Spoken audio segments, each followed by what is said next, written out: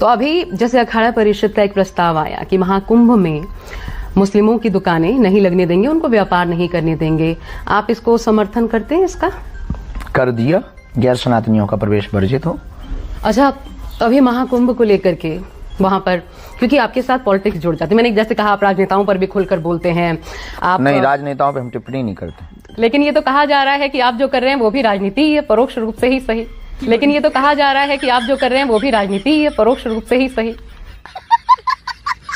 अभी मल्लिकार्जुन खड़गे का एक बयान आया था, कल ही का बयान मैं आपको कोट कर रही हूँ। उन्होंने कहा कि अब साधु के वेश में नेता आ गए हैं और उन्होंने राजनीति में प्रवेश कर लिया है, लेकिन अगर आप सन्यासी हो तो आप राजनीति छोड़ो। शाबाश। अच्छा, अभी महाकुंभ को लेकर के वहां पर, क्योंकि आपके साथ पॉलिटिक्स जुड़ जाती है, मैंने जैसे कहा आप राजनेताओं पर भी खुलकर बोलते हैं, आप नहीं, राजनेताओं पे हम टिप्पणी नहीं करते।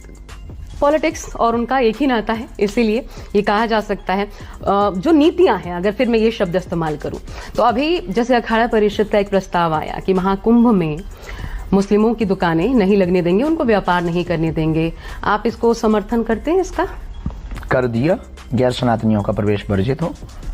अच्छा, हमारे अंगने में क्या काम है, ये हम नहीं बोला है, पूर्ववत ही बोल दिया है और गलत नहीं कहा है, बहुत लॉजिक फैक्ट में कहा है। मक्का मदीना में हिंदू नहीं जाते, मस्जिदों में हिंदू रामायण लेके नहीं जा सकता है, या अगरबत्तियों का पैकेट लेके नहीं जा सकता कि आप हमारी अगरबत्ती हमारे खरीदो। तो कई धार्मिक अनुष्ठानों में मुस्लिम भाई जो है वो साथ साथ रहे हैं, आप कुछ तो तबका उसमें मानते होंगे ना जो बेहतर है, और ऐसे बयानों से उनके ऊपर भी असर पड़ता है जो सामंजस्य चाहते हैं।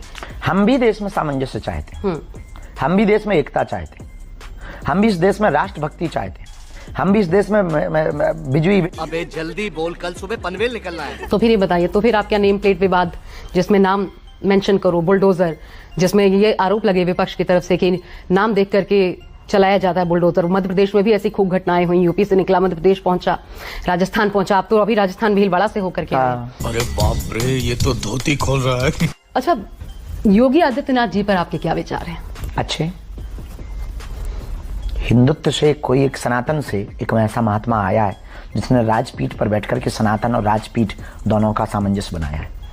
अभी मल्लिकार्जुन खड़गे का एक बयान आया था, कल ही का बयान मैं आपको कोट कर रही हूँ। उन्होंने कहा कि अब साधु के वेश में नेता आ गए हैं और उन्होंने राजनीति में प्रवेश कर लिया है, लेकिन अगर आप सन्यासी हो तो आप राजनीति छोड़ो।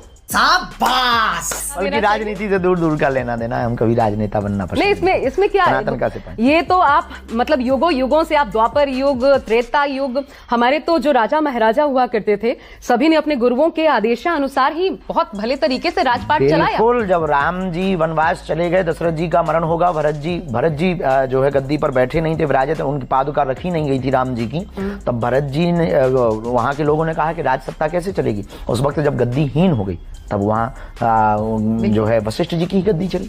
बिल्कुल, ये कोई बुराई नहीं। तो फिर रास्ते खुले हैं, मतलब मुझे बिल्कुल भी नहीं। नहीं हमको पसंद नहीं है 1% भी। हमें सनातन का सिपाही बनना बहुत पसंद है। लेकिन ये तो कहा जा रहा है कि आप जो कर रहे हैं वो भी राजनीति ही है, परोक्ष रूप से ही सही।